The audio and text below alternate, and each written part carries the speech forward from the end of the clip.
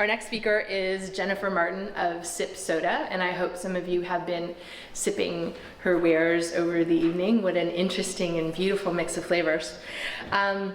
Jennifer's story is maybe a little bit more traditional to some of you in the house here. I know some of you are chef students from PICA, and we've got some people here from the food economics program at UBC.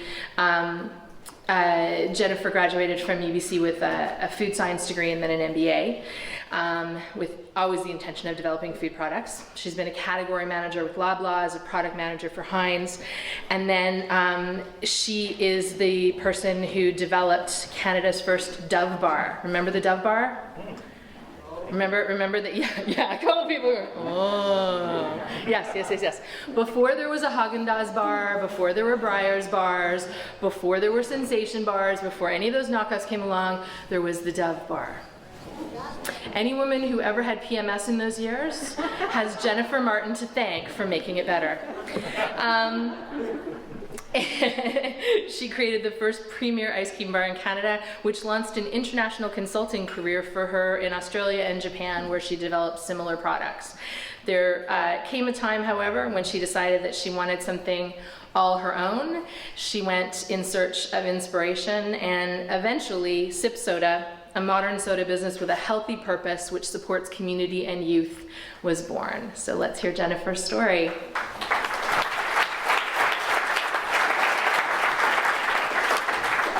Good evening, everyone, and thanks for coming out tonight. It's a great turnout.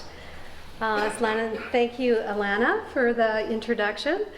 I was inspired to start Sip Soda. I'm a UBC food science grad and a frustrated mother who for decades could never find a healthy beverage, and particularly one that wasn't so darn sweet. And so I had a love of fine water, and I loved herbs. I loved their health properties and their flavors. And I decided to marry the two and come up with a beverage that would appeal to non-drinkers, so more like a beer or a sparkling wine, and also to health-conscious consumers. So Sip is vegan, non-gluten, 0% sodium, and it's low calorie. It's only 25 calories, and it has 7 grams of sugar. The Harvard School of Public Health has a new health standard for sweetened beverages now, which is 1 gram per ounce. And there is very, very few drinks on the market today that are going to meet that standard. And so SIP exceeds the standard, and we hope to be change leaders in healthy beverage options and encourage and educate people about healthy beverages. So how did I get involved in SIP other than being inspired by water and herbs? I lost my job. That was a good inspiration. I had I'd taken a detour from the food industry when I came to Vancouver, and I worked for a Crown Corporation of the government for over a decade, and they were restructuring, and so I lost my job, but I did get a big paycheck with it, and I thought, here's my chance to return. I always missed the food business, and it is horrible working for corporations, particularly if you have entrepreneurial interests. So I took that money and I thought, here is my opportunity to do something at midlife, other than have an affair or buy a Porsche or something. I thought I would... Not that there's anything wrong with it. Not that there's anything wrong with it. Even though I haven't done it yet. But I just thought, I really want to do something. You hear all the time, follow your passion, follow your dreams, do what you love. And I thought that's great, but I was really skeptical. And so I'm pretty conservative being an academic, and not many of us go this route because we know what the pitfalls are. And I did happen to fall across Alana's book, Love Made Visible. And it really moved me and inspired me to do this and to give me confidence that I could indeed have a business that is both fun and rewarding. And so I moved on, and I think we all have fear about starting a business. I think it's natural. And it was no different for me, even though I had lots of experience working with big companies. So I started, and some of the challenges that I had, well, there are many. Startups are not easy. It's a painful process, but you do get there. And I was launched into the market less than 2 years ago. I spent a year in development. And there are a lot of sacrifices to be made, but 3 years later, it is actually starting to be a little fun.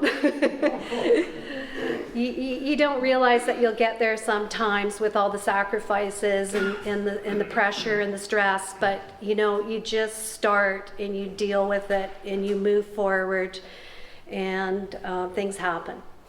And so challenge specific, I think, to starting a small food company, or, well, first of all, for me, was finding a co-packer, because I wasn't going to invest millions of dollars in a bottling plant. And so I was quite fortunate. I do R&D here in Vancouver, and I do batch production. But I found a lovely environment in the Mojave Desert where we don't use any energy to bring the water to the plant. The plant is actually situated at the base of an artesian spring. In artesian springs, the water comes to the surface under its own pressure. So we capture that water there and bottle it. And I am looking for a local co-packer. It's not easy to produce sip, even though it's a simple product. It's actually distilled like gin. And so I don't create any alcohol, and many of our customers say that's unfortunate.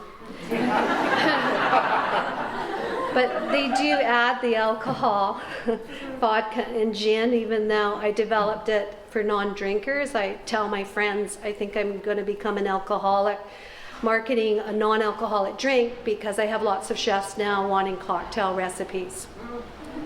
And sip has become very popular mixed with gin.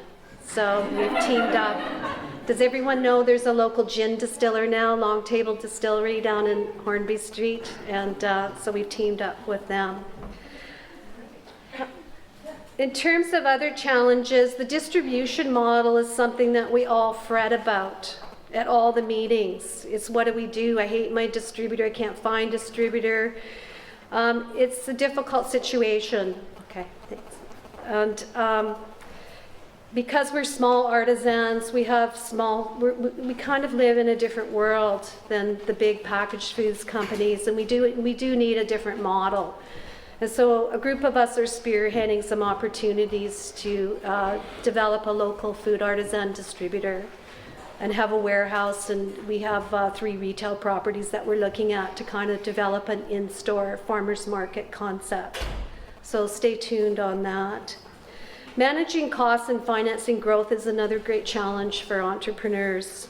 I've mentioned the sacrifices, and you do tend to struggle between growing slowly and organically and putting your profit back into growth, or growing quickly and bringing on investors. And I haven't gone that route, but it's something we all struggle with, and I think it's a personal decision on which way you want to go.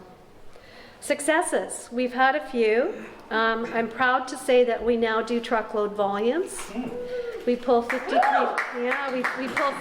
foot trailers. I gasp every time they arrive at the dock and watch the product coming out and go, oh my God, I have to sell all of that. And every time I say, this is my last trailer, and then I'm ordering another one. So we've done about 8 trailer loads, and I'm still fretting. It just never goes away. We have lots of fans, and particularly the surprise is the fanatics. On Mother's Day, I'll give you an example. I had a woman, I was demoing at Save on Foods in White Rock, and a woman called me and she said, or emailed me, and she said, Jennifer, all I want for Mother's Day is sip soda. I've sent my husband and my daughter out to Save on Foods on Cambie Street to get some, and they can't find it. So I emailed her back and I said, you can't find it because they got a huge display in the front door and it's not in its regular shelf. So she goes back. This time she takes her husband and her daughter with her, and they find the sip soda. And she's delighted, and she emails me back again, and she says, and by the way, the display was a mess, so we cleaned it all up for you. It's just unbelievable. We have customers that are selling for us in more remote areas like the Sunshine Coast. I was just over there promoting, because I had a customer for Whistler sell it into 2 IGA stores over there. So anyways, we're exporting to the Philippines next month, and it was a decision that, we really labored with, but I have a very poor winter sales, and we've decided to kind of focus on export market to even out our slump in the winter time. We have a celebrity following. Biff Naked and Ali Liebert are the Bomb Girls, the global television series. Some aldermen, the mayor of West Vancouver, and so we're getting a little bit of following. We're going to be featured in an upcoming feature film called After Party, and we have more flavors coming soon. Oh, cool. As far as surprises go, and it'll just be 30 seconds, our consumer demographic is younger than expected, which is a good thing, although I can't relate to them. And the other surprise is it's easier to get product on the shelf than to the door, and that speaks to the distribution problem. So think about that. High shipping and distribution costs, those need to be considered. They're very high. And please allow room for error. You make mistakes and nobody attaches the cost to those mistakes. So you can end up with very low margins in your first years. If you survive startup, and I think I've said this earlier, it's a very long runway sometimes, but it does offer a lot of freedom and a heck of a lot of fun once you get there. So thank you very much.